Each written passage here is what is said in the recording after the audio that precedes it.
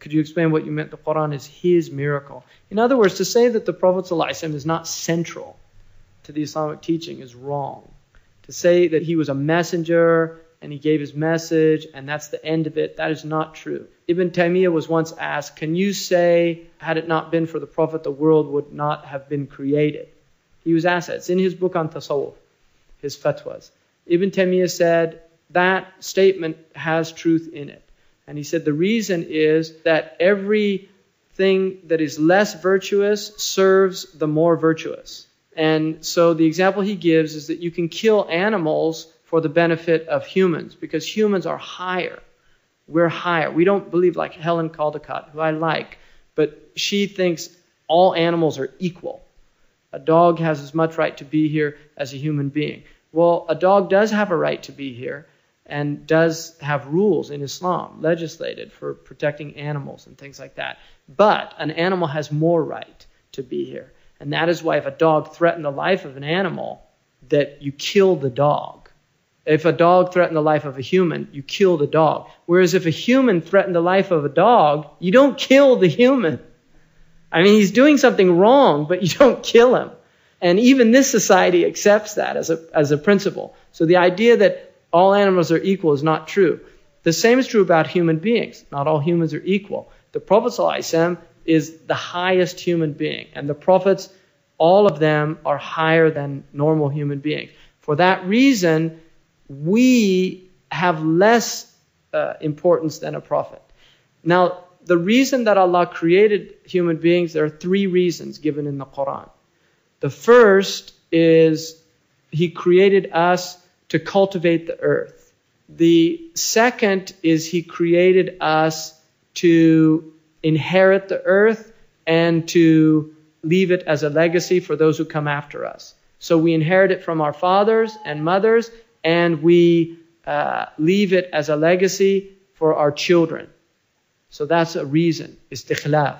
And then the third and most important and primary reason is we were created to know God.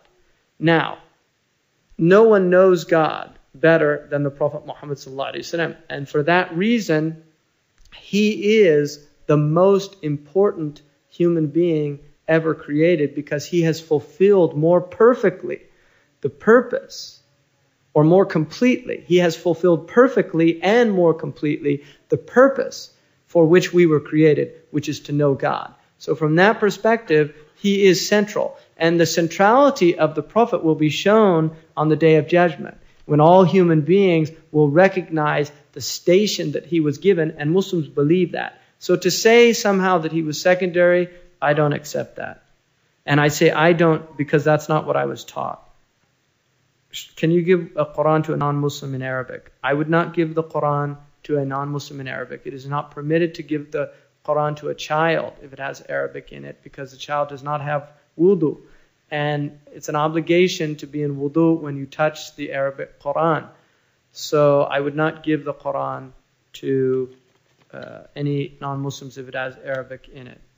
I would also generally not give the Qur'an to a non-Muslim unless it was something like Thomas Cleary's The Essential Qur'an, because what Thomas Cleary did in that book is he did not put any of what could be called the hard verses, the verses that really do need interpretation. You said the Prophet ﷺ is the first and best Muslim, but the Qur'an describes Musa and others as saying, I'm a Muslim.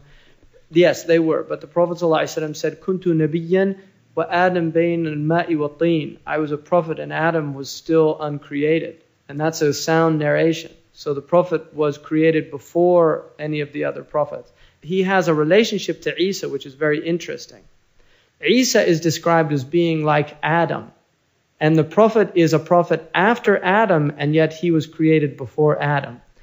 And Isa is like Adam. And Isa was a prophet before the Prophet ﷺ, and the Prophet is the last prophet, and yet Isa comes after the Prophet.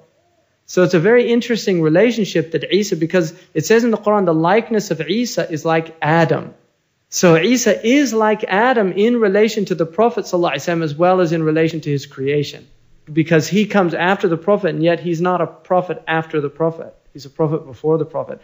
And Adam ﷺ was a prophet before the Prophet Muhammad, and yet the Prophet was before Adam alayhi salam. So it's a very interesting relationship that the Qur'an, and that's something that's called Bintu Fikri, a daughter of my idea. So, I mean, I've never seen that written, but it's something that just occurred to me once. The last grains of sand. So you always have to ask yourself where you are in relation to that, because your life is somewhere at your breast. And if you look at those grains of sand like your breast, you have a certain amount that are decreed for you. And every breath you take is one closer to the last one. And then one day that last breath comes. And you never know. Like a baby is kind of right there if they live a normal life. So it's a nice thought to think about when you watch a sand clock. That's why sand clocks are so amazing, because they're truer than these other clocks that give you the illusion of things returning. I mean, you can turn that back upside down, but